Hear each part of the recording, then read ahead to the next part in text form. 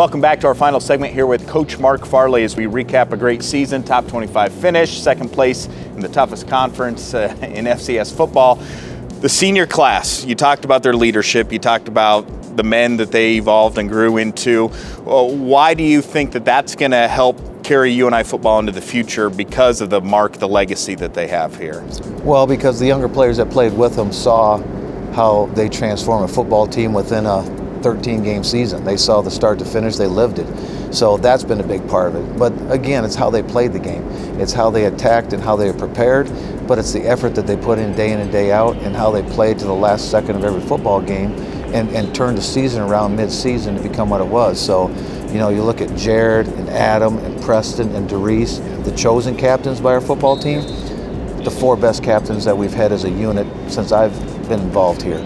And then all the other, Elijah Campbell, Malcolm Washington, Lee Carhart, we mentioned Bryce Sweeney already. Those guys were all impactful of how this team came together and what the teams in the future will become. And how impressive is it? You're down, but to put that run together against the gauntlet of all those top 10 teams, looking back now, how impressive is that? That's not easy to do, Coach. No, when we were lining up, we were looking down the barrel now. It was number 9, number 7, number 2, number 5, and they were all back to back, and 2 of them were on the road.